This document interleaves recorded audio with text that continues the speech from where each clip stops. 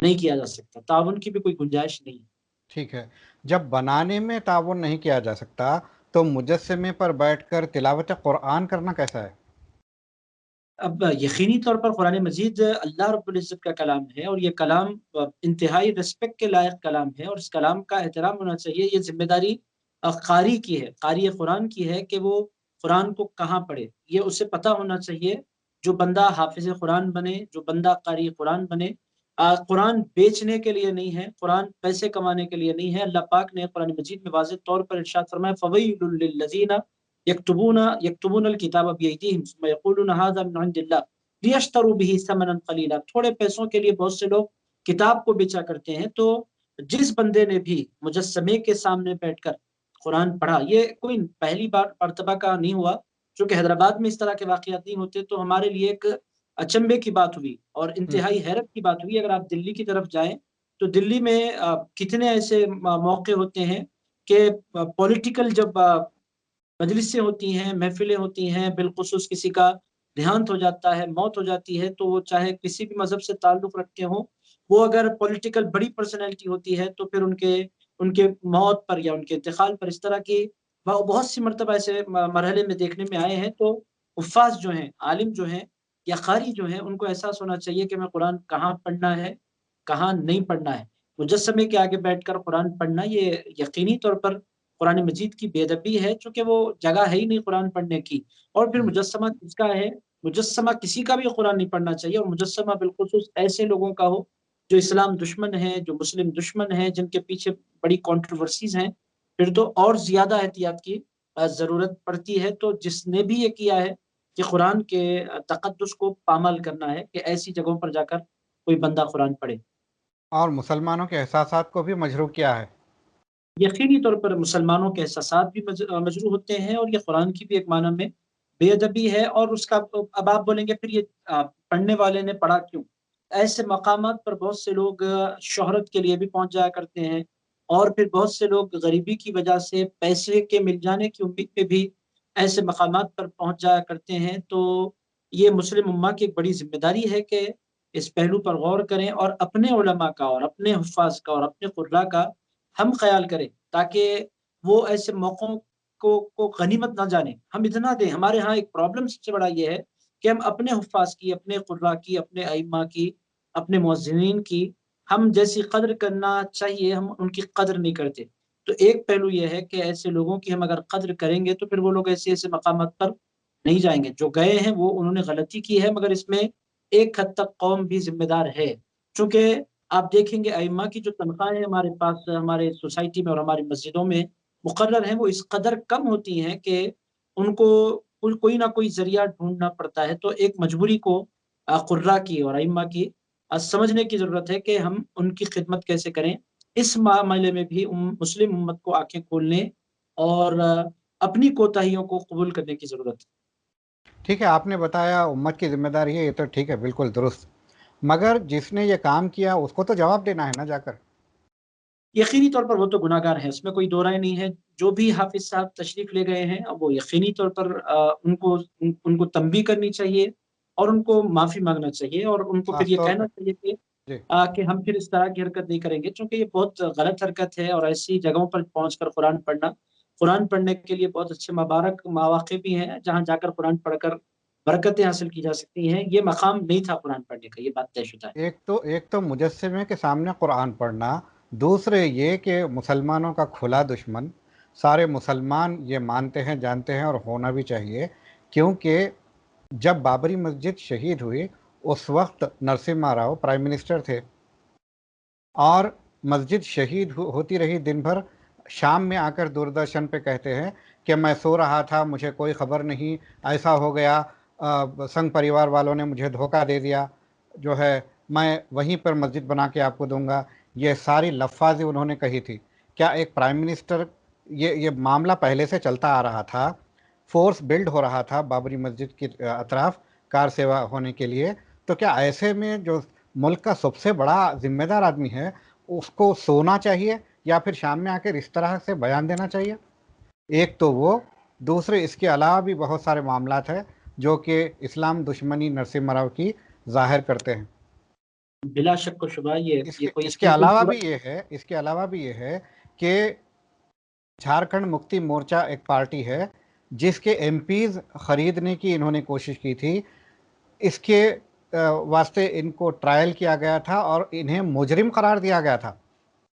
اچھا ہاں، یہ مجرم پرائم منسٹر ہے، باقاعدہ کورٹ سے مجرم قرار دیا گیا. اب یہ بات اور ہے کہ 3 سال یا اس سے کم کی سزا ہو تو سزا نہ بھی کاٹیں تو چلتا ہے. اب یہ وی آئی پیز ہے، اپنے اپنے جو ہے رولز الگ الگ بنا لیے ہیں، تو بہرحال کنوکٹڈ ہیں، مجرم قرار دیے گئے ہیں. اور پھر بابری مسجد کا تو جواب انہیں دینا ہی ہے. تو ایسے شخص کے مجسمے کے پاس جا کے آپ قرآن پڑھ رہے ہیں، آپ کیا ثابت کر رہے ہیں؟ تو ایسے شرکیہ جگہوں پر تلاوت کرنے والوں پر وبال کیا ہوگا؟ یقینی طور پر ایسے مقامات پر پہنچ کر قرآن کا پڑھنا بے حرمتی ہے، بے ادبی ہے. ان کو توبہ کرنی چاہیے. اور چونکہ یہ پبلک کا ایشو ہے، اس سے صرف یہ تنہا گناہ گار نہیں ہے، انہوں نے پوری سوسائٹی کو بدنام کرنے کی کوشش کی ہے. تو جو بھی صاحب ہیں ان کو پبلکلی معافی بھی مانگنی چاہیے. وبال تو یقینی طور پر بہت بڑے گناہ کی بات ہے کہ ایسے مقام پر آپ پہنچ گئے اور آپ نے قرآن کو پڑھا اور قرآن کی بے ادبی کا آپ سبب بنے. تو 2 کام ان کو کرنے چاہیے. ایک تو توبہ کریں اللہ رب العزت کی بارگاہ میں، اور پھر آئندہ اس طرح کی حرکت نہ کرنے کا اللہ کی بارگاہ میں عہد کریں. دوسرا یہ ہے کہ پبلک سے بھی وہ معافی مانگے، چونکہ 1-2 آدمی کے جذبات مجروح نہیں ہوئے ہیں، ہزاروں مسلمانوں کو ان کے اس عمل سے تکلیف پہنچی ہے. تو ایسا کوئی کام جس کی وجہ سے امت کو تکلیف ہو، اب معافی مانگنا بہت زیادہ میں سمجھتا ہوں کہ ان کو ضروری ہے. اگر وہ معافی نہ مانگے تو عوام اور علماء برادری کی کیا ذمہ داری بنتی ہے ایسے شخص کے تعلق سے؟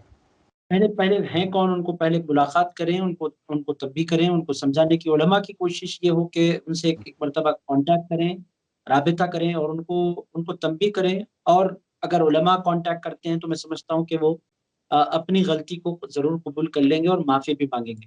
بغیر معافی، بغیر ان سے ملاقات کیے کہ ہم ان کو کچھ نہیں کر سکتے. پہلے ملاقات کرنی ہوگی، پھر اس کے بعد آگے کے اسٹیپس جو بھی ہیں وہ لے سکتے ہیں. اور میں نہیں سمجھتا کہ کوئی بندہ اپنی غلطی کا اعتراف نہیں کرے گا. اگر احساس ہے، اگر ضمیر زندہ ہے تو یقینی طور پر وہ اپنی غلطی کا اعتراف کریں گے. یہ امید ہے کسی بھی مجھے انسان. حیرت اس بات کی جی ہے حیدرآباد میں اتنے بڑے بڑے اور قدیم ادارے موجود ہیں، اس کے باوجود کسی گوشے سے آواز نہیں آئی. عوام کی طرف سے آواز آ رہی ہے. علماء کیوں خاموش ہیں؟ ادارے کیوں خاموش ہیں؟ اب تحریک جب اب یہ ایک صحیح ہے کہ ڈائریکٹ اگر علماء انوالو ہو جاتے تو بہت بہتر ہوتا، مگر آواز جب عوام کی جانب سے اٹھتی ہے تو پھر وہ آواز پہنچتی ہے اداروں تک بھی. اور انشاءاللہ تعالی اس قسم کے جب پروگرام ہوں گے اور لوگوں تک بات پہنچائی جائے گی تو انشاءاللہ تعالی باضابطہ علماء بھی اس پر انشاءاللہ کوئی نہ کوئی اقدام ضرور لیں گے. اور امید ہے کہ انشاءاللہ آپ کا جو اسٹیپ لینا ہے اور آپ نے جو پروگرام کیا ہے یہ اس واسطے ضروری ہے کہ اگر اس طرح آواز ہم بلند نہیں کریں گے تو اس طرح کے واقعات پھر بار بار ہوں گے. آواز بلند ہونی چاہیے، ایسے لوگوں کی مذمت ہونی چاہیے تاکہ پھر کوئی بندہ اس قسم کی حرکت پھر نہ کرے. اگر ہم خاموش ہو جائیں گے تو ہوگا یہ کہ پھر یہ ٹرینڈ چل پڑے گا اور یہ غلطی کی راہ پر امت چل پڑے گی. تو آپ نے جو پروگرام کیا اور آپ نے جو اپنی آواز، مسلم امت کی آواز آپ نے جو پہنچانے کی کوشش کی ہے، یہ بہت صحیح اسٹیپ ہے اپنی آواز کو مسلم امت تک رکھنے اور نوجوانوں تک اور بالخصوص علماء تک پہنچانے. اور جو بھی بندہ اس طرح کی حرکت کرے اس کی مذمت کرنے کے لیے اس قسم کے پروگرامز کی بے پناہ ضرورت ہے، ہونا چاہیے تاکہ کسی کا پھر کوئی بندہ اس قسم کی حرکت نہ کر سکے. اس کے علاوہ ایک اور قابل تشویش بات یہ ہے کہ مجسمے کے قدموں کے نیچے بورڈ لگایا گیا ہے جس نے انوگریشن کیا ہے، کون کون اس کے حصے دار ہے. اس میں ہمارے وزیر داخلہ محمد محمود علی صاحب کا بھی نام ہے، ہمارے ایم پی اسد الدین اویسی صاحب کا بھی نام ہے، اور ہمارے ایم ایل سی امین الحسن جعفری صاحب کا بھی نام ہے. اتنے بڑے بڑے نام کیا کسی کے قدموں میں ہونے چاہیے؟ یہ نام یقینی طور پر ان ناموں میں آپ دیکھیں گے کہ ریسپیکٹڈ الفاظ ہیں، ان الفاظ کا احترام ہونا چاہیے اور ایسے ناموں کو ہرگز قدموں میں نہیں لگانا چاہیے. اب آپ دیکھیں امیر الحسن حسن کا نام ہے اور دیگر نام محمود علی محمد کا نام ہے، علی کا نام ہے، ہے، محمود ہے، سب سرکار محمود پاک ہے. نام کے نام ہیں. تو ان ناموں کا یقینی طور پر احترام ہونا چاہیے. اگر لگانا بھی تھا ان لوگوں کو تو آزو بازو کی دیواروں پر کہیں بھی نصب کیے جا سکتے تھے. مجسمے کے نیچے ناموں کا لکھنا بھی یقینی طور پر ایک بے ادبی تصور کیا جائے گا، جو کہ یہ سارے کے محمد، محمود، علی، حسن، یہ سارے کے سارے معزز نام ہے، مکرم نام ہے، محترم نام ہے، ایسے نام ہیں جن کی دلوں کے اندر بڑی ریسپیکٹ ہوتی ہے، بڑا احترام ہوتا ہے. تو ان ناموں کی بھی ایک معنی میں یہ میں نے تو نہیں دیکھا، چونکہ آپ نے دورہ کیا ہے، صحافی ہیں، آپ ان ساری چیزوں پر نظر رکھتے ہیں. تو اگر واقعی ایسا ہے تو پھر اس تختی کو وہاں سے نکال کر کہیں بازو لگا دینا چاہیے تاکہ ان ناموں کی بے حرمتی نہ ہونے پائے. جی جی. بعض لوگ یہ کہہ رہے ہیں کہ گورنمنٹ کا پروٹوکال ہے، چلتا ہے، ہوتا ہے. تو یہاں پر میں ایک بات نشاندہی کروں.